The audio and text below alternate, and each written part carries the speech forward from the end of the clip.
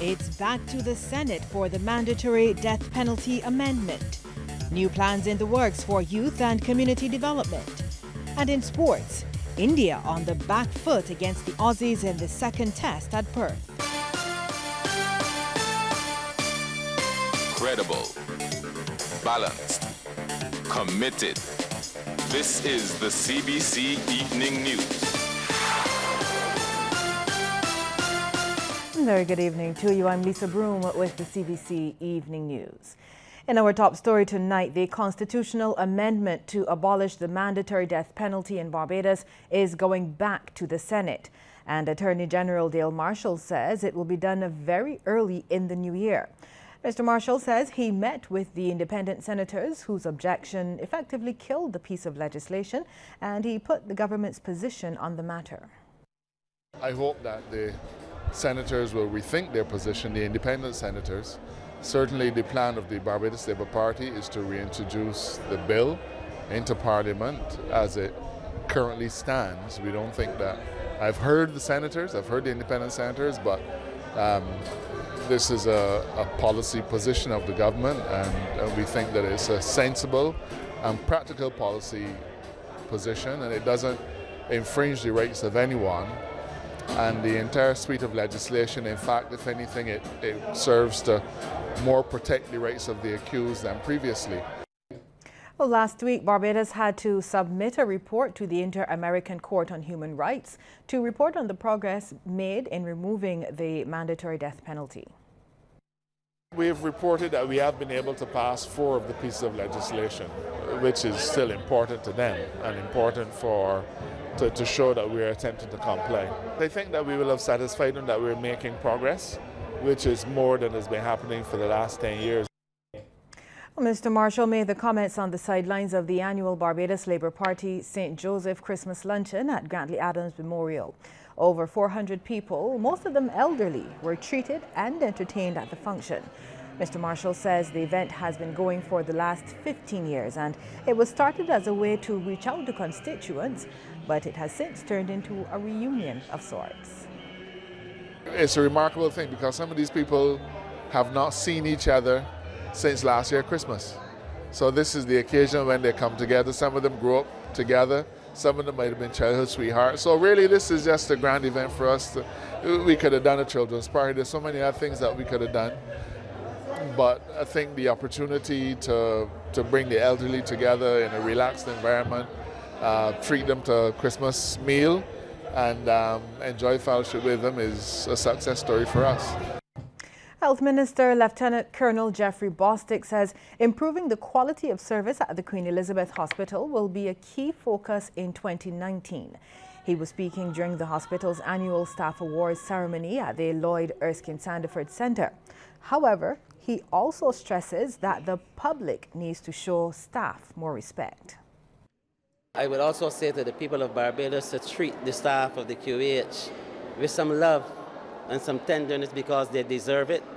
And I believe that once the staff at QH remain focused on the objective, which is to provide the very best health service that we can provide to our people, and also to help us as a country to achieve and maintain universal health coverage, that once they focus on those things, that they will continue to give up their best. Well, registered nurse Beverly Bino was one of the night's decorated staff members as she took home the Service Excellence and Employee of the Year awards. The Most Outstanding Employee Award comes as a surprise, really, but in all fairness, every day I try to do my best with every task that is assigned. I try to make the staff members who come to the clinic feel very comfortable and at ease.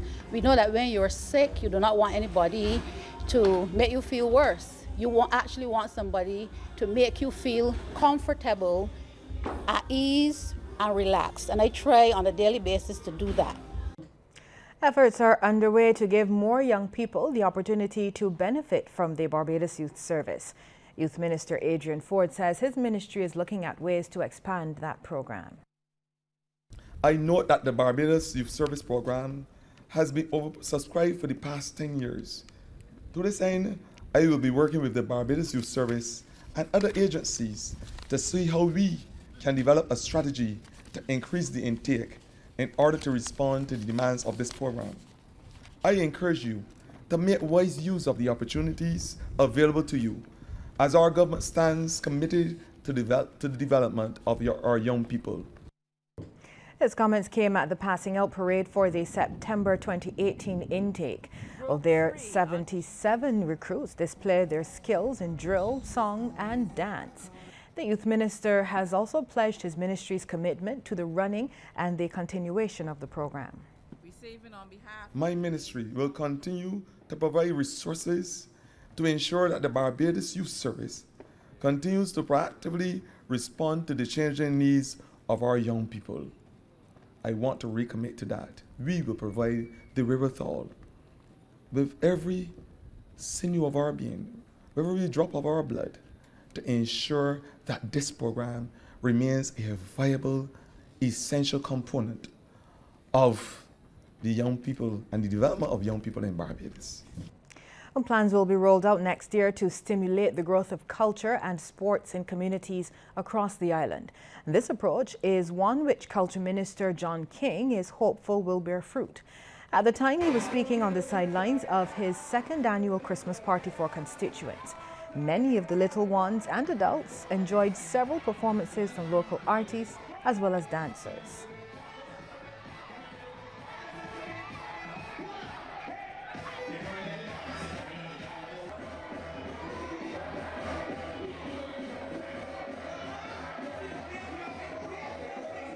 With its products soon to be available in Singapore, the Mount Gay brand is continuing to make a serious impact on the international market. And according to Managing Director Raphael Grisoni, it all starts here at home with the hard work of the distillery's employees. Lorna Jones has more. Although it's a Bajan tradition, rum has been making quite a splash on the international markets. Managing Director of Mount Gay Distilleries, Raphael Grisoni, revealed that while their product line has been doing well locally, the majority of their production is exported to the US, Canada, the UK, and as far afield as Australia, New Zealand, and soon Singapore. He says this means significant foreign exchange coming into Barbados. Mount Gay is exporting 85% of its production, which is a lot. I don't think there's a lot of companies in Barbados which are in the manufacturing sector which are doing the same, and we want to continue that. So we are a good contributor to foreign exchange, and we want to continue to do so. On the top, the product we are exporting are high value products. So in terms of value that we are bringing back to the country, it's very important. On the top, as we are exporting, we are bringing foreign currency because our key market, as I explained earlier, the US, the Canada, UK, even Western Europe, we're invoicing in euro and US dollar, so which is good again for the country. Mr. Grisoni was speaking on the sidelines of the distillery's staff awards at the Mount Gay Visitor Center on Spring Garden. He says he's grateful for the hard work of the staff, especially in the recent recommissioning of the coffee still at the distillery. Any company is existing because of the staff.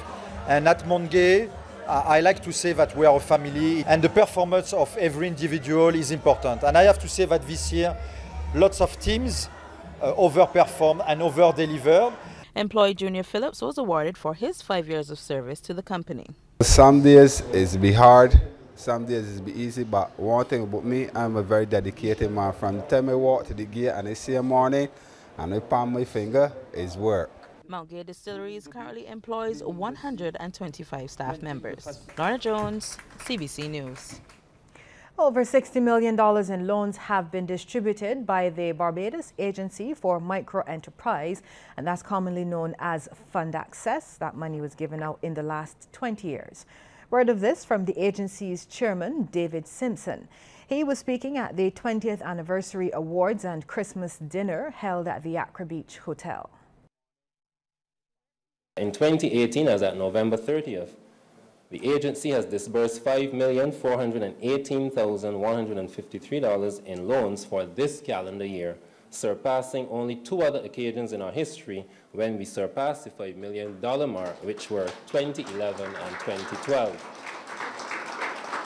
I am therefore confident, and this evening I throw out the challenge to Esther and her team, that in 2019 we shall reach the $6 million mark. Meantime, General Manager Esther Lord Graham says the continuous growth will be the main focus for the agency going forward. Like any 20-year-old, we anticipate spreading our wings, owning our own home, continuing our growth path so that we can stand on our own 2 feet, all the while embracing innovation and green technology. The last 20 years were about surviving and planning. The next 20 years, tomorrow, as in our theme, though seemingly challenging, should be all about flourishing together, both as individual staff members and as an organization.